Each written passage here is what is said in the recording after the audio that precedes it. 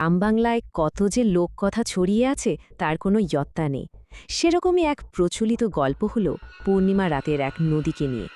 চলুন আজ সেই গাছমছমে গল্পটাই শোনা যাক। গল্পের শুরুটাই হয় একটা সাবধান বাণী দিয়ে। গ্রামের বয়স্কদের মুখে মুখে ফেরা এই কথাটা কিন্তু কোনো সাধারণ সতর্কবার্তা না, এর পেছনে লুকিয়ে আছে এক গভীর ভয়ঙ্কর রহস্য। তো এই গল্পের প্রেক্ষাপট হলো শালিকডাঙ্গা নামের একটা ছোট্ট শান্ত গ্রাম। আর সেই গ্রামের পাশ দিয়েই বয়ে গেছে একটা নদী, লোকে যাকে এখন ডাকে মৃত নদী বলে। নামটা শুনলেই কেমন গা ছমছম করে, তাই না? শোনা যায় পূর্ণিমার রাতেই নাকি এই নদী তার আসল রূপটা দেখায়। এবার আসা যাক গল্পের মূল চরিত্রের কথায়। রাহুল শহর থেকে পড়াশোনা করে ফেরা স্মার্ট ছেলে, যুক্তিবাদী। গ্রামের এই সব প্রচলিত কিংবদন্তি, কুসংস্কার এইসবে ওর একদম বিশ্বাস নেই। ওর কাছে এগুলো সব ভূতের গল্প, মানে হাসির খোরাক। আর ওর এই অবিশ্বাসী কিন্তু ওকে ঠেলে দেয় এক ভয়ঙ্কর পরিণতির দিকে।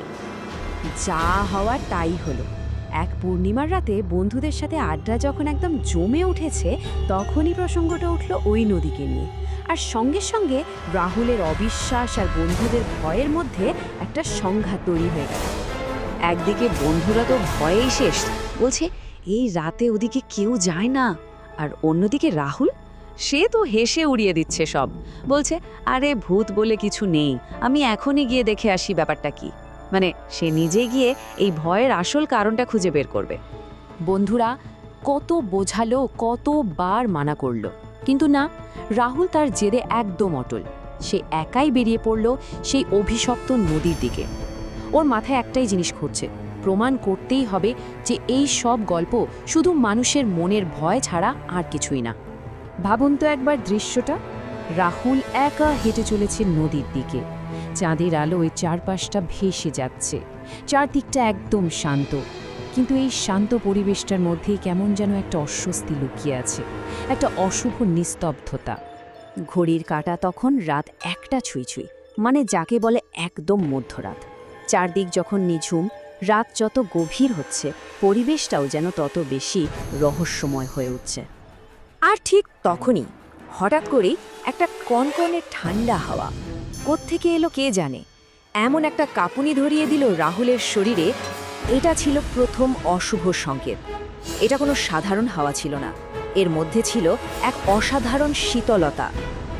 আর ঠিক তারপরই কানে এলো শব্দটা, নিস্তব্ধ নদীর জল থেকে ছপ ছপ।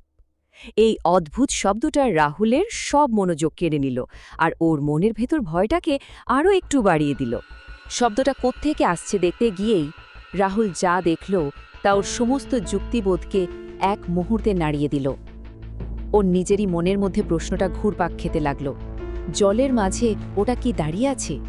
জলের মধ্যে একটা আবছা ছায়া মূর্তি, একটা মেয়ের পরনে সাদা শাড়ি, চুলগুলো সব ভেজা আর মাথাটা নিচু করে দাঁড়িয়ে আছে। এই চিরাচরিত ভৌতিক দৃশ্যটা দেখা মাত্রই রাহুলের বুকের ভেতরটা যেন হিম হয়ে গেল। আর তারপরেই শোনা গেল একটা ফিসফিসানি গলা। কোনো আবেগ নেই, কিচ্ছু নেই, শুধু একটা শীতল প্রশ্ন, এত রাতে এখানে কেন এসেছো? এটা কোনো সাধারণ প্রশ্ন ছিল না, ছিল যেন এক অশুভ আমন্ত্রণ। ব্যাস, এই মুহূর্ত থেকে ভয়টা যেন আতঙ্কে পাল্টে গেল। রাহুল যা ভেবেছিল ব্যাপারটা তার চেয়েও অনেক বেশি ভয়ঙ্কর হতে চলেছে, আর এরপরে যা ঘটবে তার জন্য সে একদমই প্রস্তুত ছিল না। এরপর যা যা ঘটল তা যেন কয়েক মুহূর্তের মধ্যে হয়ে গেল। প্রথমে মেয়েটা আস্তে আস্তে মাথাটা তুলল, আর ওর চোখ দপদপ করে জ্বলছে যেন দুটো লাল আগুন।